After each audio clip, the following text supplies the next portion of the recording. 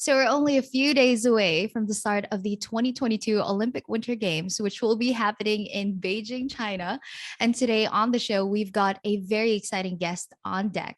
He's actually going to be the sole representative of the Philippines this year, and this will be his second straight Winter Olympic stint since his debut in 2018. Today on Expert Q&A, we have Asa Miller. Hi, Asa. Hi, nice to be here. Thank you so much for taking the time today. You've been really busy recently, huh? Oh yeah, crunch time. I fly out in 4 days, so we've definitely been pretty busy. I know 4 days already. So, like I said earlier, you're set to become the first Alpine skier representing the Philippines in two Winter Olympics. You're our lone representative in Beijing this February. How does it feel? Oh, it feels pretty unreal. I can't believe that 4 years have flown since the last games, and now to be here and be 21 this time around, I can be more excited. It's crazy because you were 17, you're 21, you're only 21. And can you walk us through your training and what that has been like? Yeah, so I ski 5 days a week, hit the gym multiple times a week as well. That's kind of just an average week for me during winter.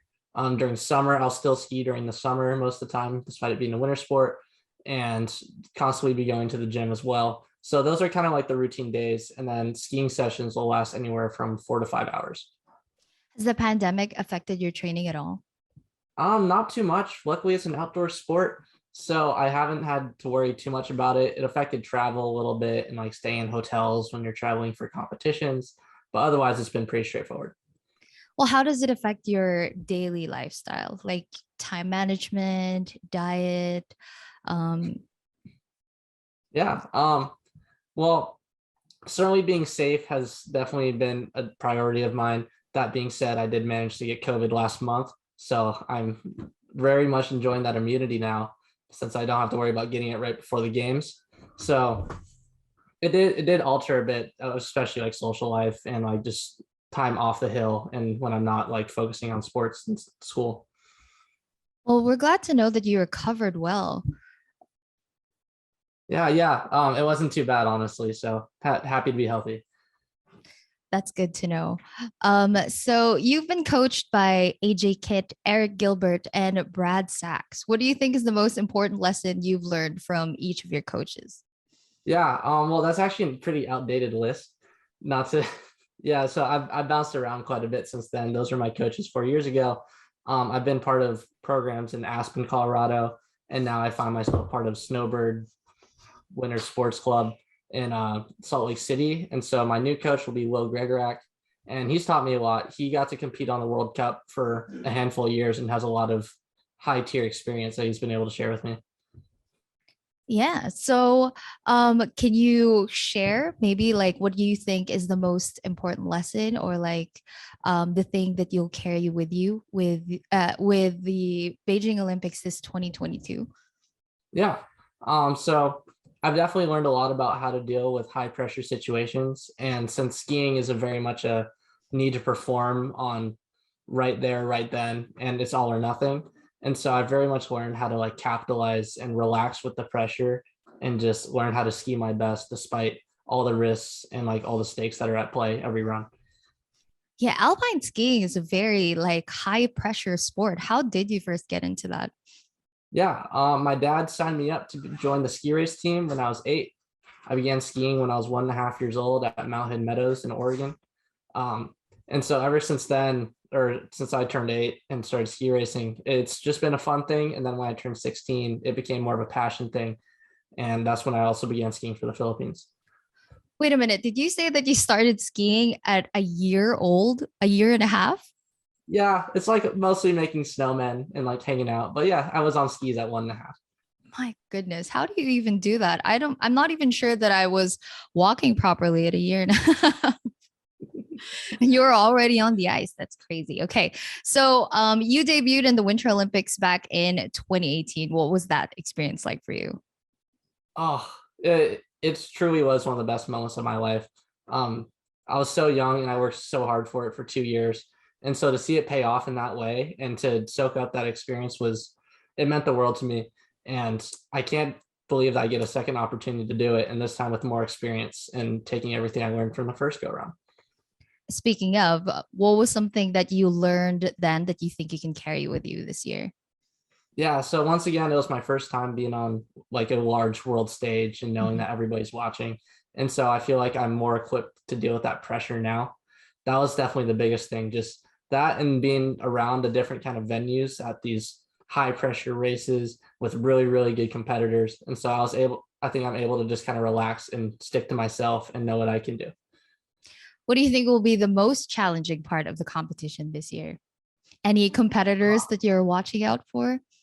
Luckily, skiing is an individual sport, so I'm Mhm. mostly just worried about my own performance. I can't really control what the other people are doing who will ski before me, ski after me. And so I think the biggest challenge will be the hill. Haven't skied in China before, and no one skied on the hill yet, really. So I'm very curious to see what the snow conditions are going to be like and what the race venue is going to look like. So training should give me a better idea once I get over there. How much time do you guys get to sort of try out the venue prior to the competition, or do you not get the chance to do that? So there's a free ski day on the race hill the day beforehand, but you don't really get to ski a course on the same hill. The courses and the training will happen on different hills, so it will be a little different, but we do get to ski it out and feel it just for 2 runs beforehand. Okay. What has the support been like for your Olympic journey so far? Yeah, the sportsman's great. I've been receiving tons of friendly messages from strangers and people who followed my journey 4 years ago, all cheering me on and wish me the best. And it means a lot. Uh, it's certainly something different to receive support from random strangers. And I hope I can just make them proud. Any memorable messages that you've gotten from a fan or just a random stranger? Um, Definitely a few stand out. I'm not going to name names, but certainly have some common names pop up here and there. Okay. There have only been four Olympic alpine skiers of the Philippines in history. So I asked you earlier how you first got into skiing. What do you think it takes to pursue an athletic career in alpine skiing? Do you have like any advice for anyone who might want to follow the same career path? Yeah. Um, Skiing is a really interesting sport. There's a lot of really high highs and a lot of really low lows. And it's those moments though where the success comes through after a lot of failure that makes it worth it. So you got to stick with it. It takes a lot of grit and a lot of persistence. But if it's a goal that you want to do it, you can set up yourself to chip away at these goals until you make it there eventually. So where do you recommend that they start? Um, well, in terms of alpine skiing, I'm not sure you can really do it starting in the Philippines. There are Yeah. other steps for like skiing related or like Nordic skiing, which is kind of like ski running. You can do that on roller skis on dry land. So in the Philippines where there's no snow, that's something that you can make a transition to. And then if you were to go on snow, it's not too hard of a transition for that. So while it's not what I do, it's certainly a step towards winter sports and that kind of thinking. The Philippine Ski and Snowboard Federation aims to develop more Winter Olympians in the coming years.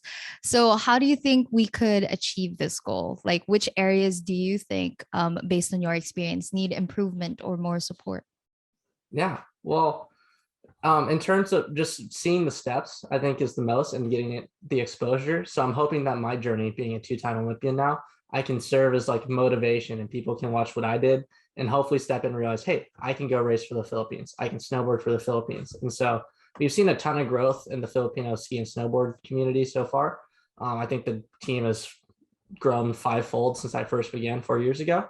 And so I hope to continue setting that example and that path in the future. So, do you have a message to the fans from all over the world that are rooting for you this February? Yeah. Thank you guys all so much for the support. It means the world to me. I do read all your kind messages and I can't wait to make you guys proud and represent the Philippines in a week now. So cheers to that. And thank you guys so much. Do you have any plans of visiting the Philippines anytime soon? I do hope to do so after the games conclude and COVID settles down a little bit. I'm not entirely sure what my schedule will look like, but it certainly will happen in the future. Yeah, you seem to have a jam-packed schedule. After the Olympics, do you have anything planned? I'll get back and then I will continue doing some competitions back in the United States, and we'll see you after that. Okay, so we have just a little bit of time left. And before I let you go, do you mind playing a quick game? Is that Sure. Yeah. something that's okay? So we usually do this for all of our interviews. We play a game called Enumerate. So it's pretty much I'll give you three. It's going to be 3 rounds, 3 categories. You just have to name 8 items under that specific category in 8 seconds. Oh man, I feel like I'm gonna suck at this. So 3 categories, 8 things in 8 seconds. 8 seconds, yeah. Okay. I mean, all right. 8 things. we No, can we can we can do we can sort of do a trial if you're cool with that. I mean, sure, sounds good to me. Well, we'll give it a go. Okay, we'll start with the easy round, and for easy round just name me 8 sports in 8 seconds in 3, 2, 1, go. Basketball, baseball, skiing, snowboarding, running, uh, pole vault, discus. Discus. That was 7. I don't know. I'm thinking track sports. Well, you got 8 in 8 seconds. It's a very close call, but you did get through the first round. Okay, so that's the easy round. The medium round, Oh, we're going to get a little more specific. mhm. Name me 8 Filipino dishes in 8 seconds. In 3, 2, 1, go. Pancit, chicken adobo. Oh my God, I realized I don't know any of the names of these things that I eat. Okay, that's fine. Do you have a favorite Oh, dish? Like a yeah, favorite Filipino dish?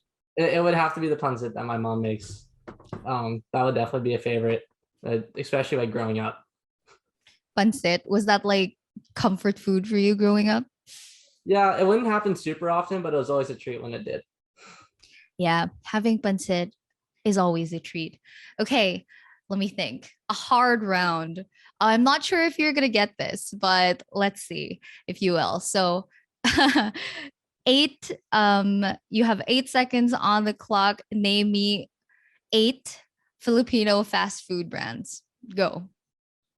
Jollibee, is that the only one I can name? I haven't. I've been there like 3 times, and I can't Do name they a even fast. have Jollibee in Utah? I'm not No, sure. no, they don't have it here. That So sucks.